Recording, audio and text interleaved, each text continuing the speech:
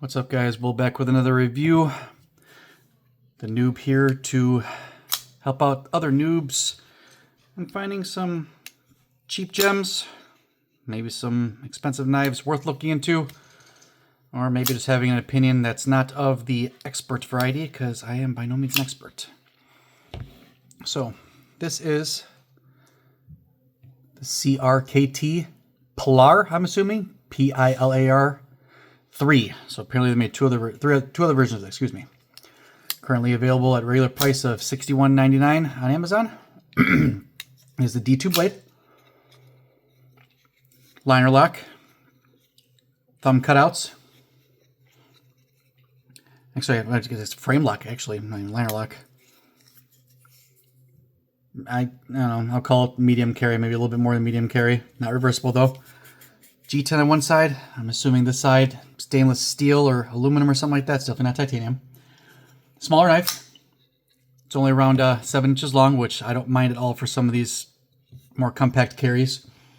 Blade length is about 3. It feels like it's got an okay edge out of the box, not anything great. I will say, very comfortable to hold, especially up in the choil here. I mean, being able to have my finger on that choil squeezing like that and having that much blade to show really makes me happy. The action is decent. I think it'd be better if the finger holes are a little bit hard to get to sometimes. I mean, it's not hard, just got to take your time to get to it. My only real complaint is this liner lock, this frame lock, what do you want to call it. It's very stiff, and the material it's made out of, it's not sharp, but it's a little bit, it just feels like you're going to end up probably bruising your thumb if you wanted to fidget with this knife. Sorry if you hear my dogs in the background, they're having a WrestleMania in the basement right now. But you have to push this thing so hard, and the knife's just not kind of ready to drop right away, to where I feel nervous pushing this aside and keeping my finger there to close it, because I feel like it's either going to get caught. I'm going to try too hard to do that. I'm going to slam on my finger. And otherwise, if you just come back here like this, it kind of drops. Not really. Still got to close like that. So, I mean, fidget factor, not quite there for me. But otherwise, I mean, the make of the knife, the craftsmanship of it is fine. This G10's a little bit rough. It's not the most comfortable. But it does have a very nice contour to it. Now, at this price point, I'm trying to think off the top of my head some smaller knives that could compete with this fairly easily. I mean, the Militaw is a little bit bigger, but I mean, to get Nitro V at pretty much the same price, I feel like it's still a better deal, even though I think the Militaw is probably going to be a little bit bigger than this. But this isn't a bad knife. Now, D2 at this price point, I think is okay. I just, yeah, this frame lock, it's just very, it's very rough to, you know, like, yeah, it's definitely not a fidget knife. Now, if you just like the way the knife looks, you know, I can recommend it. It's like I said, see, it's hard to get some of the action to go sometimes, but I'll keep coming back to, like, here, it's comfortable too, no hot spots.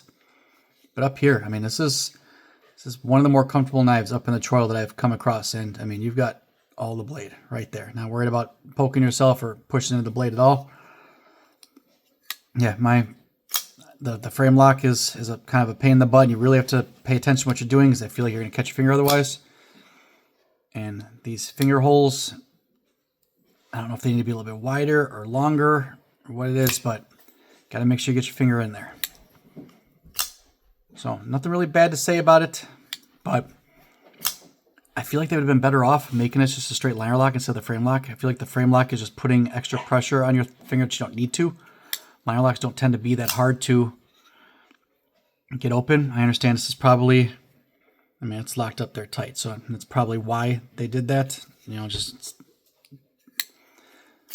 but yeah, I like the knife.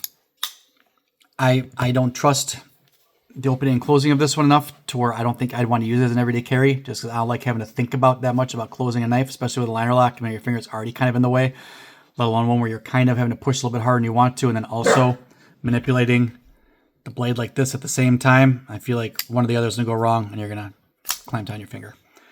But like I said, not a bad knife, super, super comfortable.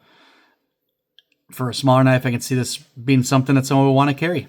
But like I said, the opening and closing, as far as I'm concerned, should always be easy and not something you have to think about for the most part, unless you're trying to fidget extra with different types of opening. But just straight opening and closing, I feel like it shouldn't be a chore or something you have to think about, because then a knife just becomes more dangerous than it already is.